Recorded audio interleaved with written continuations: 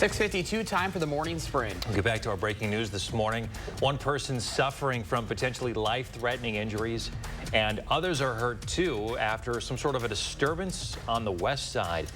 We're still gathering some information and asking about what happened, but here's what we know. We can tell you that it happened around 10:30 last night. Officers were called to Addenbury Lane and Tottenham Road, just off of Raymond. People in the area reported sounds of a disturbance along with gunshots. MPD officers and detectives are still there at last we checked. Madison police say the investigation is in its early stages. When we find out more, we'll pass it along through the News 3 Now mobile app and channel3000.com. Happening today, Planned Parenthood of Wisconsin is beginning to offer abortions once again this morning. 2 clinics, one in Milwaukee and the other on Madison's east side, will offer the procedure. This is the first time since the U.S. Supreme Court overturned Roe v. Wade that abortions are being performed in Wisconsin. One person is dead and multiple are hurt for a car crash that happened outside of Monroe. Happened about 10 o'clock Saturday night. The Greene County Sheriff's Office says it was at the intersection of State Highway 81 and County Highway N. They say a driver blew a stop sign and collided with a truck.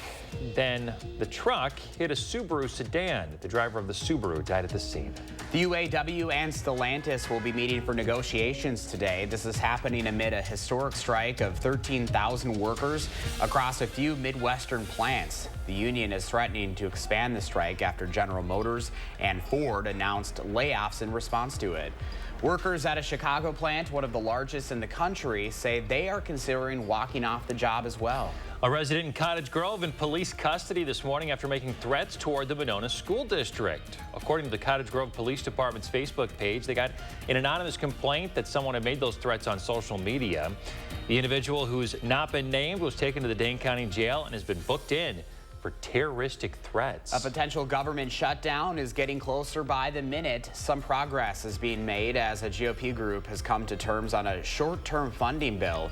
Republican sources close to the matter say the agreement has a 31-day resolution, including a GOP-approved border security package.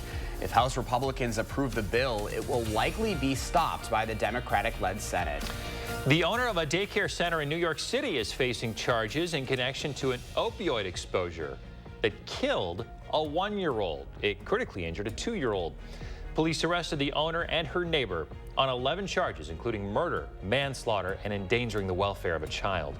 Friday, officers found 3 children unconscious at the daycare. President Biden is in New York City this morning for the United Nations General Assembly meeting. He'll meet with Israeli Prime Minister Benjamin Netanyahu. The president will also address world leaders tomorrow. Thousands of people marched in the city yesterday, calling on leaders to end reliance on fossil fuels.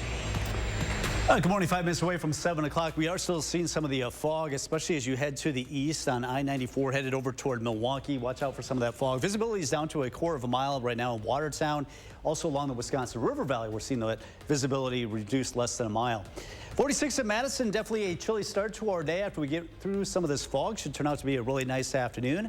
Light winds, quite a bit of sunshine. We'll call it partly sunny. Temperatures headed into the lower 70s a little bit later on. Beautiful sunrise coming up on the horizon there. Temperatures rise through the 70s. You can see some of that haze, though, near the ground. We'll get through the fog this morning. Chance of rain later tonight after midnight right through tomorrow morning. Then we're up close to 80 later this week. 80 degrees late September. Hanging on to summer. Yeah, seriously. One last shot of some warmth. Yep. Thanks, Kelly. Thanks for watching, everybody. We're back in 30 minutes with the news and weather update.